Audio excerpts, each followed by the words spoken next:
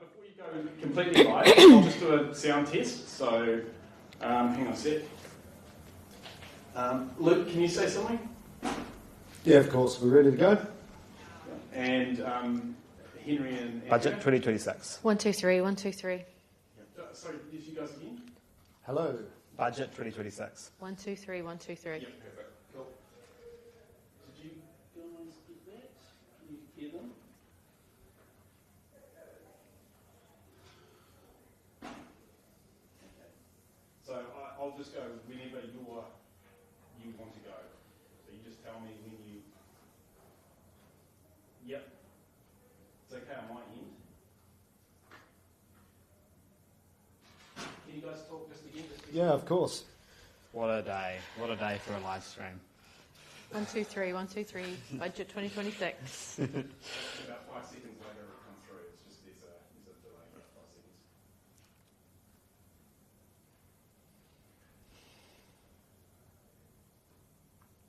You just tell me when you need to go live, and then these guys will start talking. Okay, and we're live now. Kia ora tātou. My name's Andrea Vance. I'm the Post National Affairs editor, and with me are our political editor, Luke Malpass, and our deputy political editor, Henry Cook. Great budget. Kia ora. We just started the lockup. Henry, tell us what's in it for voters.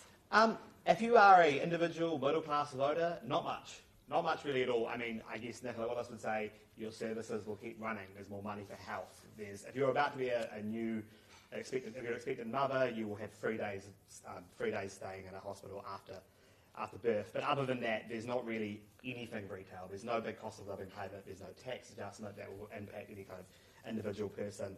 It feels like a middle year budget rather than an election year budget. Yeah, absolutely. I mean, Nicola Willis kept referring it to as a responsible budget.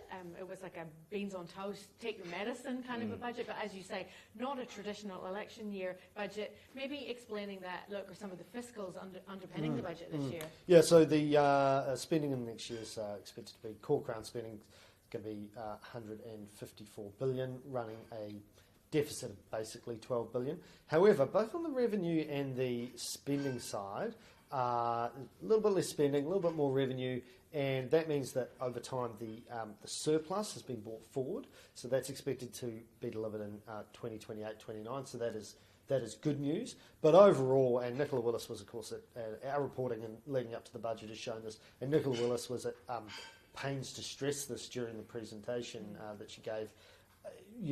Superannuation, 1.8 billion extra this year.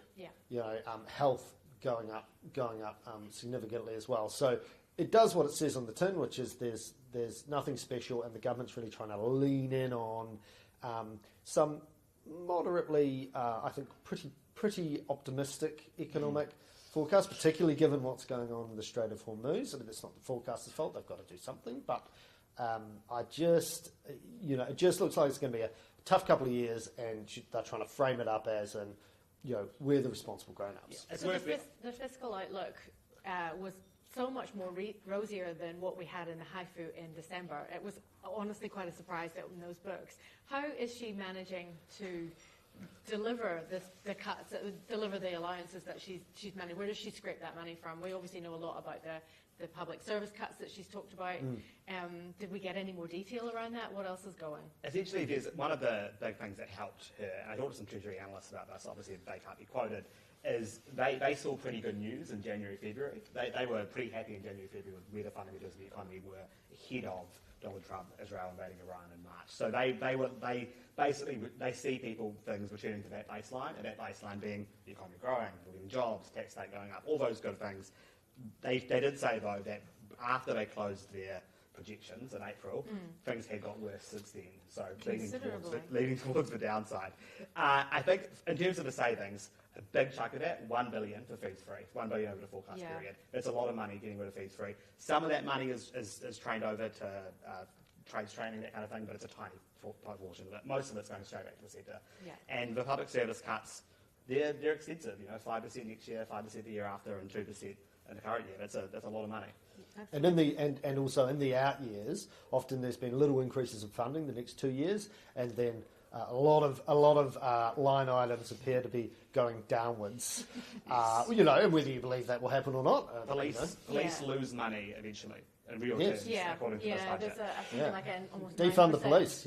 Yeah, almost a 9% cut in police's expenses forecast. So, one of the things I thought was quite striking is that I thought that Treasury was incredibly generous in its expectations of what's going to happen to the geopolitical situation. They seem to be thinking this is going to be very short-term shock to the economy, and that the ship will start to right itself by December. My view is I think that is overly optimistic, but how do you feel about Oh, it? I think that's definitely optimistic. In Treasury's defence, they just have to pick a scenario and then base all their forecasts on that.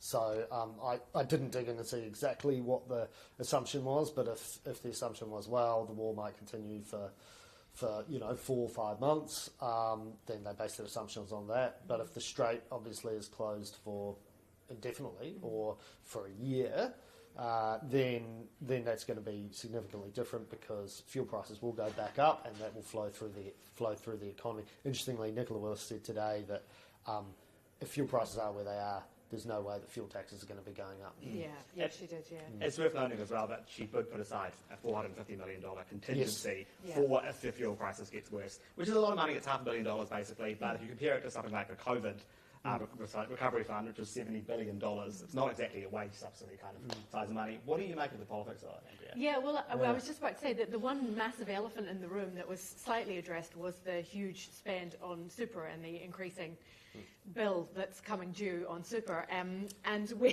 Nicola was asked about it and deferred to her colleagues in the room, Shane Jones and David Seymour, the associate finance ministers.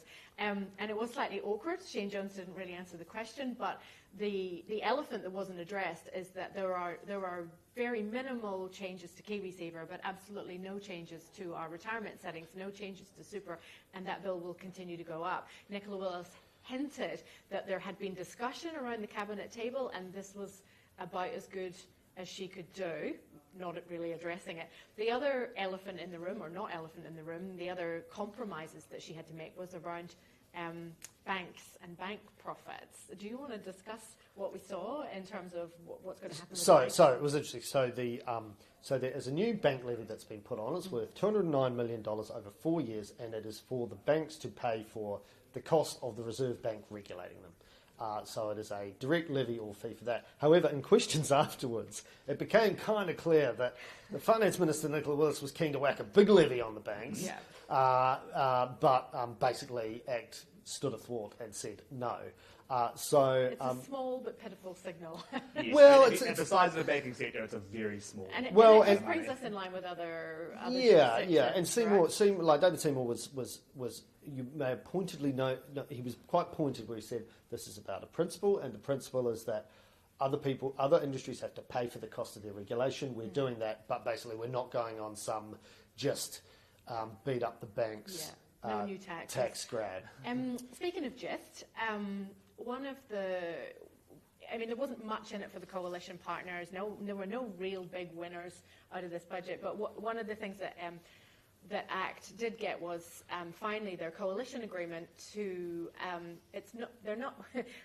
Councils are not going to get GST on the growth generated in their regions, which many councils have been asking for. But there is a fund of around $400 million that's going to go to councils to help them with housing growth. So that was a win for ACT. In terms of New Zealand First, Winston Peters has got another $1 billion for rail, and also a slightly odd payment of about $40 million to make the Super Gold card an identity card, which just in the digital age does seem like a very weird non-compulsory identity card. No, absolutely. It did seem like a weird thing to be spending money on, but overall, there weren't any great winners. No coalition partner won over the other. As I said, Nicola Willis did talk about the compromises, choices, and trade-offs that they'd had to make around the cabinet table in finalising this budget. Yeah, look, I think I think that in a way this budget revealed the limitations of the coalition, that you've got three different parties with often three different fiscal views on a given thing, and so that necessarily means a bit of horse trading at the margin, but constrains big actions because you have to have all three agreeing, basically. I think the other thing, and I've noted this in my column that's live now, is that it's worth remembering that Nicola Willis is in essentially numerically the weakest position of a finance minister just about since Winston Peters was Treasurer in the late 90s. And just by dint of the fact that she has a reasonable sized party on her left, on her right, they're all in cabinet. So you know, it's not like during the Key years or the Clark years we had 45% of the vote, and then you had a couple of little parties who you give some, you could just buy them off. That is not the structure of this coalition, and so, you know, budgets have to be kind of looked at in that context, I think. Okay, well, we have a lot of work to do. For all the latest coverage and all the most in-depth coverage, please tune into the Post, and we will keep filing during the day to keep you on the latest for Budget 2026. Thank you. Kia ora.